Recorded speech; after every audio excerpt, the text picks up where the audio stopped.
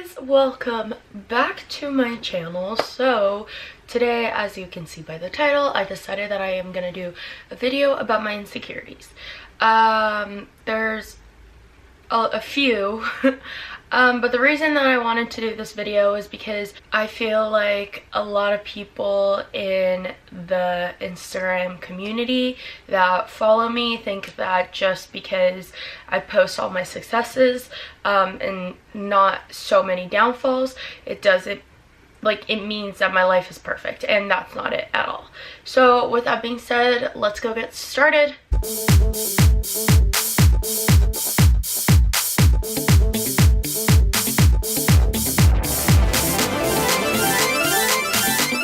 Okay, so I have a few insecurities.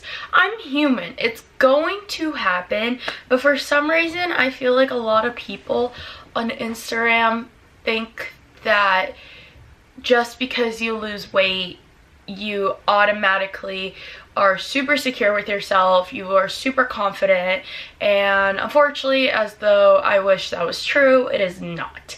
So I'm gonna talk to you guys about my insecurities, so you guys know that even though I have lost almost 50 pounds, I still have these issues, and I have both mental and physical insecurities. So here are a few for you so that you can get to know me a little bit better. So I'm gonna do 4 insecurities that are physical and 4 insecurities that are more of a mental insecurity, and I feel like sometimes it's easier to change the physical insecurities than it is to change the mental insecurities, but we're gonna start with the physical since that is the easiest to start out with. Number 1. My number 1 insecurity is my dog ears. What I mean by that is when you get your I guess it can happen also if you get like a tummy tuck, or when you get your breasts done, if you get them removed, you can get excess skin right here on your sides. I have talked about it before in one of my previous videos, the video that I came out saying that I got my boobs done when I was 19 years old, and that will be linked right up here. Yeah, that is just something that I'm insecure about. I've never had anyone point it out and be like, why do you have this odd skin flap on your side? But I do know that I know my friends know about it. My mom obviously knows about it. It is just an insecurity that I have, and I wish that I would be really flat right here, because then it would make me look even smaller. But the more weight I lose, the bigger the ear flips get, because it's skin, and it's like if you're really fat and you lose skin, you're gonna have loose skin. It's the same thing. So that's probably my number 1 insecurity, but again, that insecurity is so easy to fix with just some plastic surgery revision, which I plan on getting in the future. Number 2, my second insecurity is my butt. Ever since I was probably like 12, 13, I've had people telling me that I have a flat butt, and I've always been really big chested. Like, I've always had anywhere, I think since like high school, the smallest I've ever gone was a full C to a triple D by the end of college. So I've always had big boobs, but everyone was like, well, good thing you have big boobs because you don't have a butt. And to me, that was always just kind of like, well, I want a butt, like. And then I would see all these skinny girls with huge butts, and I'm like, where'd that come from? I just want to look good in pants. Like, I want to walk around and have guys be like, yeah, that girl has a nice ass. And that's just something I want. I'm not saying that's what everyone should have. If you don't want a big butt, that's fine. But I also don't want like a Kylie Jenner butt where you can tell it's like plastic surgery. I want a nice butt that I work my butt off for at the gym. So that's what I do. I've been working on it. My butt is slowly getting more fit and more muscular, and I'm really happy with the results I'm seeing. So I just need to keep going to the gym, and eventually hopefully that will not be an insecurity of mine. Number 3.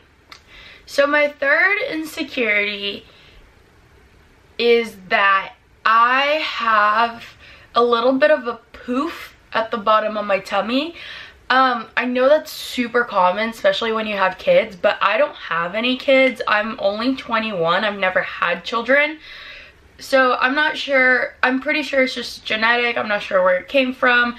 It's just there. Even when I weighed 35 pounds, I still had it. It's just there. It's not gonna go anywhere. Even when I was super fit in high school, I had a 6-pack with a poof on the bottom. I don't know. It's just there. I don't know if it's genetics. I don't know if it's just me. I don't know if anyone else in my family has it. I have no idea. No matter how many curl-ups, leg lifts, no matter how many of those I do, it just doesn't go away, which is really annoying because you can see that I'm starting to get abs again, and that poof is still there. So yeah. My number 4 insecurity is my upper thigh. So that insecurity is something that I remember having even as a kid. Genetically speaking, on my dad's side of the family, my dad's side does tend to be a little bigger in the leg area.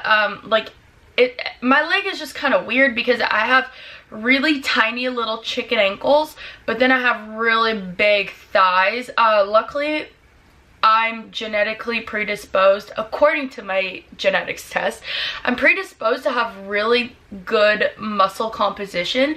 So yes, most of my thigh is all muscle, especially because I work out so much and I lift so heavy that I do have a lot of muscle on my thighs. But there is, like, the inner thigh just bothers me so much. And I remember being a little kid and in ballet class, and all the other girls had like these twig legs, and then I actually had like real like thighs as a 4-year-old. So that was always something that really bothered me because as a dancer, like, that's not something you want. And then once I got into swimming, my legs obviously got bigger because I was a swimmer. Once I got to water polo, they got even bigger because water polo is just like all in the legs. So that's the point where I kind of gave up on my dream of having small legs. I'm always gonna have bigger thighs, and my trick to dealing with that insecurity is just working out, because that's pretty much all I can do. Like, all I can do is just work it out, and at least I'll have muscular thighs without cellulite. So those were the 4 physical insecurities that I have. I obviously have a lot more because I'm human, but those are the 4 main ones that really bother me when I stare at myself in the mirror. So the next 4 are going to be my mental insecurities and things that most people would not know that I'm super insecure about. And let's start it off. So my first insecurity for this is that I sometimes get very insecure talking about not weight loss journey, but like my eating habits. If you do not know this and you just started following me, I have been in a keto lifestyle since January 8th, 2018, and it has worked for me. I've dropped almost 50 pounds, which I'm gonna make a whole video on that once I hit the 50-pound mark. It's just, it works for me. It's just, I wouldn't recommend it for everyone. It's not a lifestyle that everyone can accomplish, and it is a lifestyle that works for me, works for my body likes it, and it is what it is. Like, my body just likes it. My body does not like carbs. My doctor has told me that. The genetic testing I've done has told me that. My body just doesn't like processed foods. My body likes fruit and veggies and meat and dairy, and those are the kind of carbs that I will typically drift towards. But when I meet somebody, I don't go up to them and I'm like, hi, I'm Jules and I don't eat processed carbs. Because first of all, I feel like that has like the stigma of like, oh my god, you don't eat carbs. And I just don't want to deal with that, because the ketogenic lifestyle is so much more than just you don't eat carbs. Which really bothers me when people say that to me, which I have gotten before by uneducated assholes. And no, it's not that. So sometimes I feel really self-conscious telling people about it, and like people that I'm not super close to, if I go out to eat with them, I'll eat keto, but I won't be like, oh, I need to find something in the menu that fits in my lifestyle. No, I'll just think about it in my head, because I don't want to go explaining to everyone why keto and why I started this journey and why keto works for me but might not work for you, and like how does it make me feel versus how does carbs make me feel. And by carbs I still mean like processed carbs, and it's just this whole can of worms that then I have to like explain myself, and I don't like doing that. I like eating the way I eat. I am going to continue to eat the way I eat. Every now and then, am I going to have a piece of bread, or am I going to have a bowl of rice or a bowl of pasta? Of course, but it's just easier to not explain it to people, and it causes me to have an insecurity that people are going to judge me if I tell them why I'm in the keto lifestyle. That was a mouthful. Alright, insecurity number 2. So my second insecurity is that I talk too much about the gym. Okay, so like I've mentioned, I've always been an athlete. By the time I was 3 years old, I already knew how to swim. I was in every single dance class you can think of. I did gymnastics, ice skating, volleyball, tennis.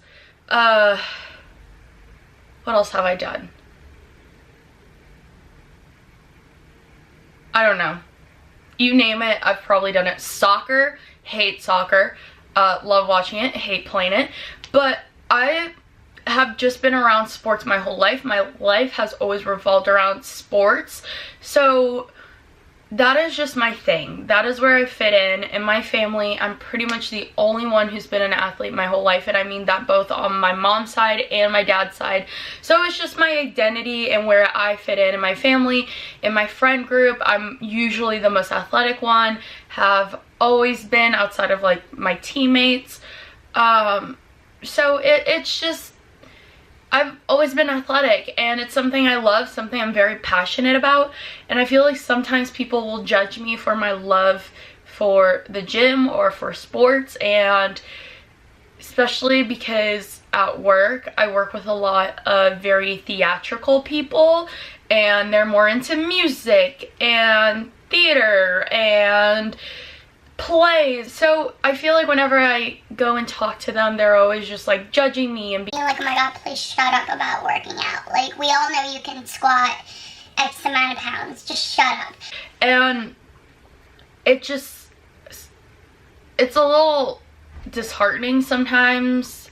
I don't know if that's even the right word, but it's just a little sad because I love it so much, but I don't always feel comfortable, depending on who I'm with, talking about my passion for working out. That's why I love the Instagram community, because I'm capable of and able to share my workouts, and I'm able to share my lifestyle and my nutrition revolving around my workouts and my sport life, and it's just something that I love, and that's what I want to do as a career, as a sports nutritionist. Sometimes I get like backlash for being athletic, and I get backlash for working out, because I feel like a lot of girls are too scared to go to the gym and go to the weight area and lift like pounds and pounds of weight, and I feel like because I can do that, a lot of girls that I meet, and I think guys too, they get a little intimidated by me, and that is just something that I'm very insecure about. Like, I don't ever want to feel like somebody is intimidated by me. That's not my goal. I'm genuinely a very nice person, for the most part. Anyways, so, but I did a few months ago get a girl that she hated me for a ton of other reasons, and we both could have been way nicer to each other. I'm not saying she was the only one who was being mean. I was being pretty petty too. But one day I was just sitting on my phone in the break room at work, and she just like out of nowhere stands up and goes, just shut up and do your squats. And I'm sitting there and I'm like, I'm literally on my phone. I don't know what's going on. Like, I know you don't like me. I know I don't like you. But like, to me, that's just something that is very, very personal because it's something I love, and I bet if I just told her, like, just shut up and go to to the theater where you live, like, she probably would have taken that to heart too, just like I took that to heart. So when you have people making comments like that towards you, you're just kind of like, oh, maybe I do work out too much, or maybe I do talk about it too much, but it's something I love, and I'm not going to stop working out. I do take days off. I'm probably going to take today off, but probably not. But it's just, I really, really need, or at least now am way more aware of how much I talk about working out. Number 3. So my third insecurity, that is a mental insecurity, is my, I guess this is 3 things in one. So depression, anxiety, and eating disorder. So I was diagnosed with all 3 at the age of 18, although by the time I was 14, I already knew I had an eating disorder. I just was never diagnosed with it because I never even brought it up to my doctors. I was just like going up and down in weights. Which I'm gonna, have I done a video about that? I don't know if I've done a video about it, but I have talked about it. So if I haven't done a video about it, I'll probably end up doing one in the near future. But pretty much, I've been diagnosed with 2 eating disorders, which is anorexia nervosa and BED, binge eating disorder, and they tend to fluctuate between one another. Not a lot of people know about it. In the last few years, I've been a lot more open about it just because I've been overcoming them both, luckily, and I haven't had a relapse in a while, like a really bad relapse anyways. And in a while, I mean like about a year and a half now, so that's a long time for me after having eating disorders for almost 8 years now. So it's not something that I typically talk about just because I don't want people not judging me, but people asking questions or being like, oh, you don't have an eating disorder because you're not that skinny.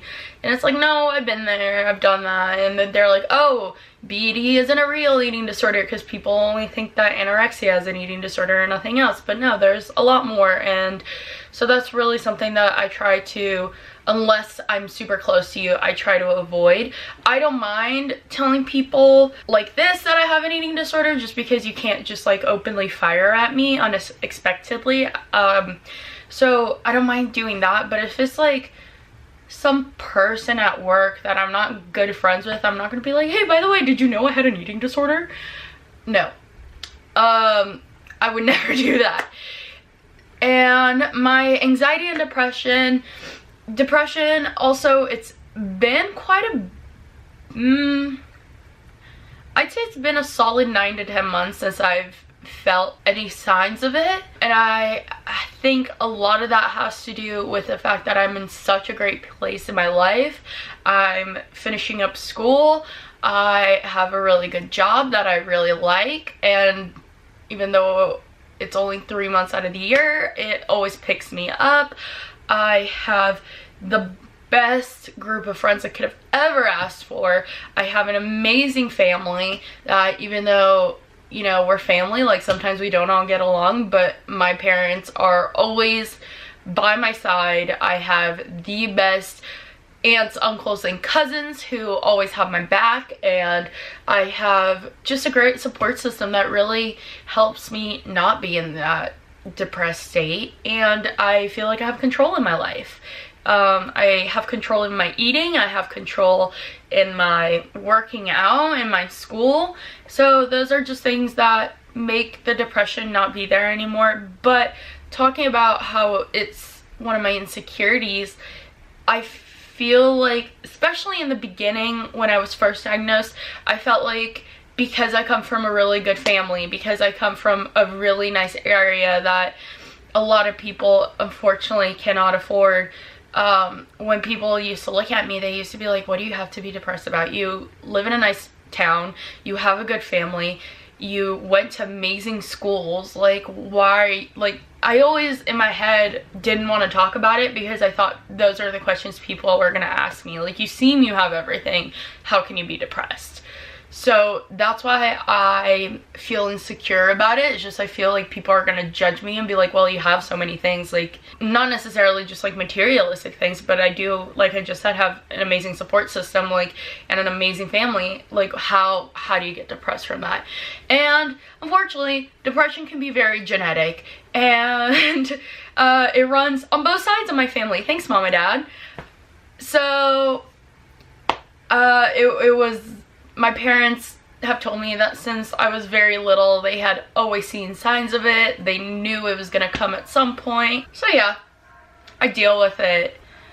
And with the depression also comes the anxiety. And anxiety, unfortunately, is something that I'm still working on. Unlike the eating disorder and the depression, the anxiety is something that I don't have a full grasp on. I still have horrible anxiety. Like, in the past like 6 months, I've had a few really bad episodes of it, but it's never been to the point where I'm literally physically in bed and can't get out. Like, that has happened to me before. One episode I had actually was one of the last days at work, and we were having like end of work party or whatever, end of summer party, and unfortunately this year there was so much cattiness at my job, and I'm just so over that age of all the drama and bullshit that happened that I just got anxiety over seeing these people, and I had been seeing these people every day for like 9 weeks. So I don't understand why it happened, but it was probably one of the worst episodes I had in a while of anxiety. Yeah, that's just an episode that happened pretty recently. This was back about 4 or 5 weeks ago, so not that long ago. Since then, I haven't had any other anxiety problems or anything like that. So I think it's just removing the toxic people that were at work with me that helped a little bit. Sorry guys, not really. Oh, I sound like I'm an awful coworker. I'm not. I just can't take childish drama. Number 4, insecurity. So my fourth and final insecurity is one that I've been dealing with for about 3 years now. And that is one that gets me the most. And it's the feeling of not being good enough. Whether that be I'm not fit enough, or I'm not smart enough, or I'm not skinny enough, or I'm not pretty enough. It's just, that is the typical umbrella of the thoughts that go in my head, that I'm not enough. I know where this stems from. It's from a past relationship where I felt like nothing I ever did was good enough for this guy, and no matter how many times he would tell me that it was good enough for him, he just wouldn't show it to me that I was good enough. So that is a huge insecurity of mine in my head that I constantly think about. Am I not good enough for certain people? Which in reality, I shouldn't even think about these things. I should just think I'm good enough for myself. Who the F cares if I'm not good enough for them? But in the back of my head, that's always there, and those thoughts just stop me from doing a lot of the things I want to do. Like, I eventually, not right now because right now I have way too much going on in my life, eventually I do want to have a serious boyfriend, but am I going to think that I'm not enough to be with this guy again like I thought with a previous relationship? Or like, I feel like sometimes when I am talking to guys, I can't step up and tell them how I feel, because then I won't be good enough for them if I voice my opinion. And those are just things that I don't know if it goes through anyone else's head. It goes through mine. So that's just my final thing, is not being good enough. That's an insecurity of mine. I'm sure other people feel that way too, but it's just how I feel. And yeah, so you guys just watched my insecurities, 4 being mental and 4 being physical. And I like to say that no matter what insecurities you have, remember that you're human. No matter how much weight you lose, no matter how much muscle you gain, no matter what you accomplish, you're human, and then it's okay to have insecurities. I have them. I'm sure everyone else that's, you know, your neighbor, your godparents, your, you know, pen pal that lives across the world, I'm sure they have them too. So with that being said, please leave a comment below of what you thought of this video and anything else that you want to see. I have some new keto videos coming up soon, and I'm trying to upload every single Wednesday. Let's see if that actually happens. Leave a comment below and give this video a nice like. Also, click that big red button right down there, and also click the notification bell so that way you know whenever I post something. And thanks for watching, guys. Bye.